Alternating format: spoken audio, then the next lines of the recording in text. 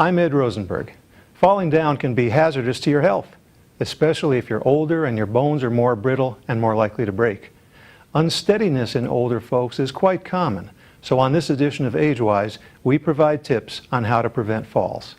Our guests are Becky Keener, Director of the Avery County Senior Center, and Dr. Travis Triplett, Chair of Health and Exercise Science at App State. Welcome. Good morning. Thank you. Thanks. Becky, you have a falls prevention program at your senior center, but let's start with some of the basics. What is a senior center? What does it offer? What kinds of people go there? Well, the senior center, there's many across the state, and each one is a little bit different, but we have the same common goal. Our center offers a variety of activity, services, in-home aid, home-delivered meals, congregate lunch, respite care, and we partner with some other agencies to provide help to those that maybe need a ramp build or heating or air, things of that nature. And who can come to a senior center? Our senior center is for anyone 55 years of age and older. And do you tend to get richer people, poor people, people who are already retired, people who are still working? All the above. Avery County is unique in our population. We have both those that are lower class or those that are upper class, and we give them all, they all come into the center for different activities or services that we offer. And then we also have a wide gamut of people still working, people not working, people that work part-time, and then our aging that are just totally retired and like to hang out. And many people probably come there just for social interaction, chance to see their neighbors and friends. Absolutely. Two of the things that you offer at the Senior Center are exercise and health promotion activities, and those feed right into our topic for today, which is falls and fall prevention. And we'll talk a little bit more later about your specific program. Travis, Dr. Triplett, focuses on aging and physical activity, and you've done research on resistance training for older people and improving balance and functional ability among older people. I'm sure these are very important for fall prevention. Is that right? Oh, extremely important. And I think when the field of exercise science first got started, the focus was on cardiovascular health, which is extremely important as well, but it doesn't really cover all the components of fitness that we need to address as we get older. Now, before we get into specifics about falls prevention, let's talk about falls and fall risk and aging. Is there a relationship between growing older and the likelihood that I'm going to fall, and how much falling is there among older folks? Oh, there's most definitely a relationship, and we do see that the incidence of falls increases with increasing age. It's due to a lot of different factors that all, I think, contribute into making one very serious risk. And so some of those factors include, just as we get older, we lose muscle. And there are a lot of reasons for that, but going along with that, our nervous system also changes, and it impacts more than just falling, but even driving a car and other activities of daily living. And then so when you add these together, and yeah, I can address how you would separately address those in a training program, but it does increase the risk of falling dramatically. Well, we know that among Americans 65 and over, about 1 in 3 of us is going to fall every year, and that risk increases with age, and because of that, we may become afraid to engage in certain social activities. We won't go out as often, etc. Is that what you find? Yes, and I think it also impacts people's willingness to perform exercise, because they feel like that it can even have some level of risk, and that's why we encourage people to go to senior centers and other facilities that cater to older folks and understand the challenges that they may have, and the I guess how you would have to teach people how to do exercise again and to really relearn to coordinate their muscles. Well, when you talked about restricting activities because of fear of falling, it reminded me of a nonagenarian uncle of mine who took a bad fall, and that eventually led to complications that led to his death. But I remember visiting him one time, and he started to lose his balance. So I was behind him, and I grabbed his belt, and then I put my arm around his chest, and it was as if for that instant I felt his fear. There is a huge fear when something bad is going to happen and there's nothing you can do about it. Becky, when you talk to seniors, talk to people at the senior center and talk about them getting into falls prevention program, does the fear, as opposed to just the physical consequences, does the fear ever come up? A lot. And some of those are not afraid to admit that. And in some of the programs, we emphasize even the psychological part because fear is big time. It plays a huge role in whether or not we're going to participate in any activity. Well, I have a few statistics here on falls, such as every 15 seconds an older adult is treated in an emergency room for a fall, and about every half hour an older adult dies because of a fall. That's about 50 deaths, fall-related deaths for older adults per day. This is pretty serious stuff, and the financial costs to the country and to families is increasingly huge. And then finally, there's a quality of life factor. As Travis was talking about, how do I restrict my activities because I'm afraid of falling? Let's talk about some of the causes of falls. I mean, why do older people fall? Dr. Triplett already talked about age-related physiological changes. But what else is there in our bodies or in the environment that causes us to fall so much? Becky? Well, some of the things that I've seen in my work experience is diabetics. They have a tendency to lose feeling in their legs, or inner ear, those that suffer from vertigo. Is that the type of things you're asking, those type of things? Or are you talking about shoes? Okay, Shoes talk play a about role. shoes. We say all the time at Just Center, we tell people, to think appropriate footwear. And we had a case at the senior center a couple years ago where a lady was wearing very old flip-flops with absolutely no traction on the bottom. They were wore out. Hit a wet spot on a tile floor and broke her kneecap. And shoes is something that helps you with your balance, walking, surfaces. So we always try to encourage shoes and to wear proper footwear. Wear something that has something, your texture on the bottom of your shoe, something with the grip, something that's not going to flop. Make sure it's secure. So it might be better to not be so fashion conscious and just Absolutely. focus Not instead, heels. focus instead on what's going to keep me from falling. Travis, anything you'd like to add about common causes of falls among older people? Well, I think one thing is the environment, just obstacles. In fact, some of the research has intentionally popped up an obstacle while someone was walking, and to see if they can recover from a fall. It sounds a bit harsh, but there's safety measures in place. But so things, just stepping up on a curb or a step and tripping. And then Becky mentioned the slippery surfaces.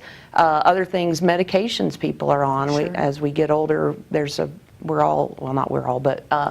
are on more medications, and so that may impact balance and just the whole nervous system, whereas it might not have if they hadn't been on that medication. Well, one of the worst injuries for older people when they fall is breaking a hip. Proverbially, it's sort of the first move down that long slide, physical deterioration. And we often hear about older people falling and breaking their hip, often stepping off a curb. But some people say it's not that you fall and break your hip, but that you take a hard step and break your hip and then you fall. Have you heard that? I've heard a couple different theories, so I think it depends on the individual, but some people, I think like you alluded to, their bone density has already reached a point where it doesn't take much for that bone to give, and that's what causes the fall. And then other people simply trip, and then just the landing of their body, because they go down like a dead weight, and that is enough to break an already brittle bone. So anything we can do to build our bone strength Yes. is going to be important. We do have some information on the top 5 causes of falls among older adults. So let's take a look at those. One of them is home hazards. And we can talk a bit about that. There's a tremendous amount of things that we can do very easily and cheaply in our homes to reduce the risk of falling. Becky, or would you like to comment on that? Going in the homes for visits and things, you see a lot of extension cords. People, you know, the older homes, there's not as many as electrical outlets, so they use extension cords, they drape them across. Throw rugs.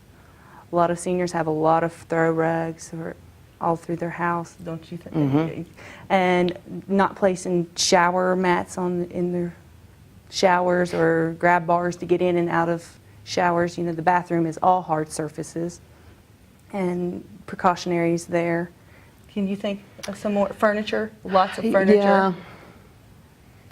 Okay, so we can add grab bars, we can use non-skid rugs, low pile carpeting, Yes. Night lights. night lights, so we can change the lighting in Yes. our homes to make it less likely that we would fall. Have night lights available.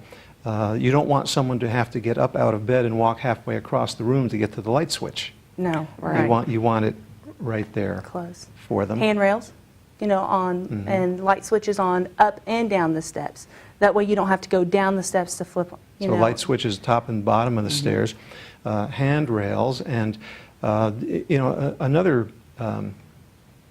I think we'll get back to handrails in a minute, but let's talk about another very common cause of falling, one of our top 5, and that is medications. Older people are on a lot of medications. Averages, I've seen estimates anywhere from 12 to 18 medications per person. How can, Dr. Triplett, how can that affect the odds of falling? Oh, it greatly increases odds of falling for a lot of reasons. I think any type of medication probably affects the nervous system in different ways. And then some medications may contribute to dehydration, which is already a problem in an older person. And that seems to have an effect with falling as well. And those are the primary ways, I believe. Okay. Becky, what do you give recommendations to people who come to the senior center about how to make sure their medications are not contributing to their fall risk? One thing that we try to do is tell them to get all their prescriptions filled at the same pharmacy. Because that way, in case, you know, a lot of them will have an oncologist, will have a cardiac, you know, somebody, different doctors that we see, not just one primary MD. And some of our seniors have a tendency to get their prescription filled closest to that doctor's office.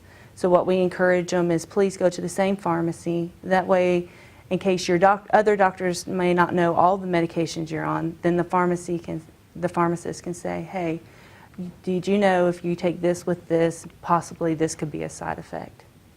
And I think this is very important. We sometimes hear about people who prescription shop. They'll go to different pharmacies to get more of a prescription. But in this case, you want to guard against medication interaction effects and overdosages. So it's important to have one pharmacy where you get all your prescriptions. I know of an incident where an older person was on 3 different prescription sleep medications at the same time. And you know, so is it any surprise that this person might have experienced some disorientation, some balance problems, some confusion? So I think using the same pharmacy for all your prescriptions is very important.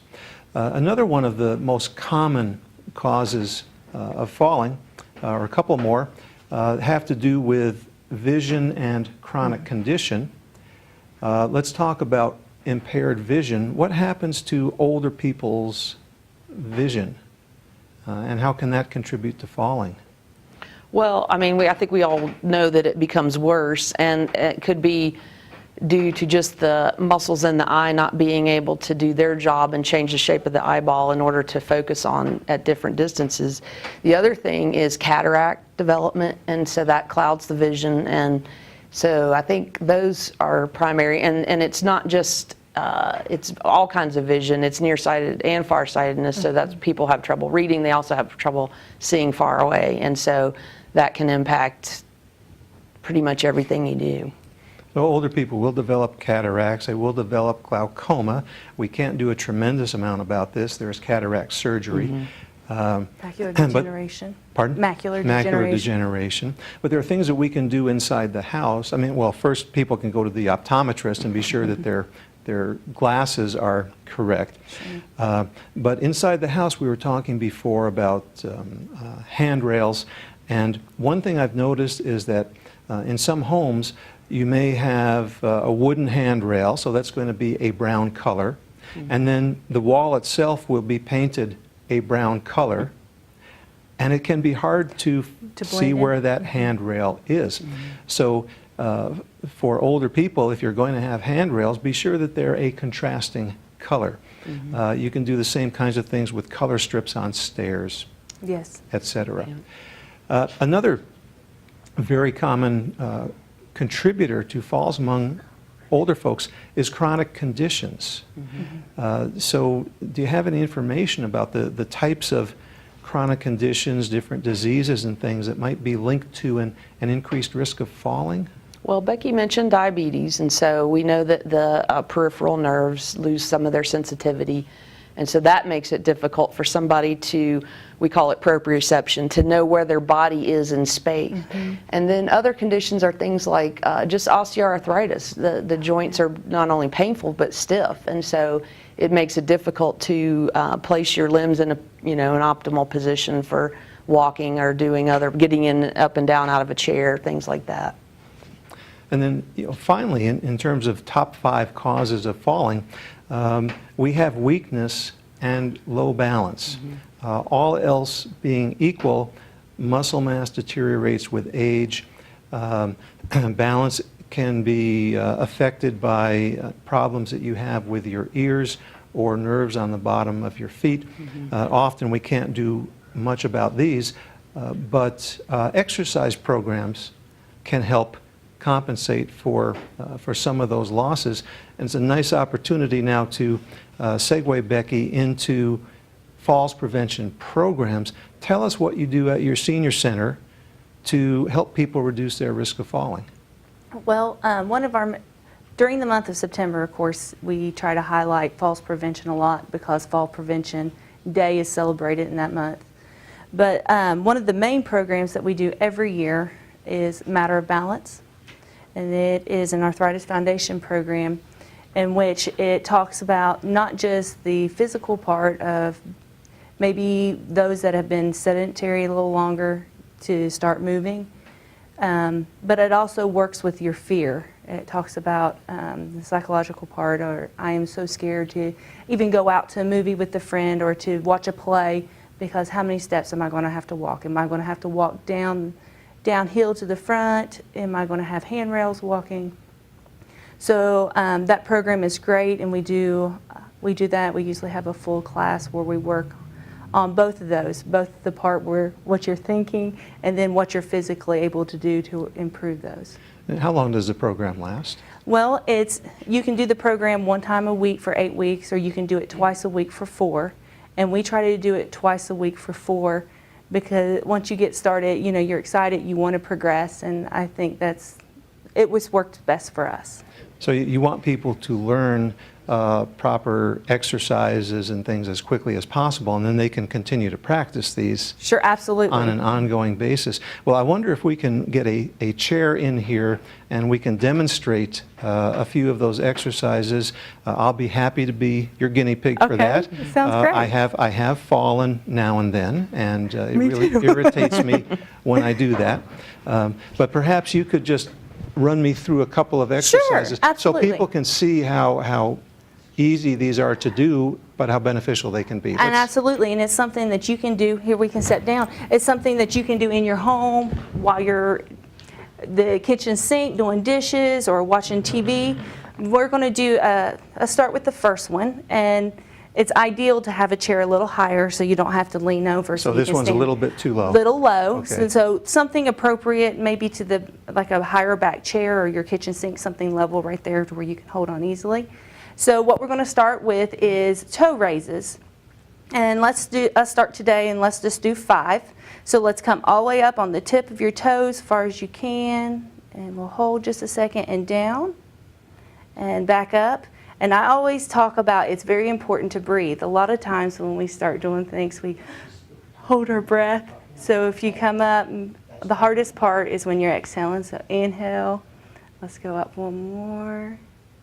Good. And the last one, up as far as I can.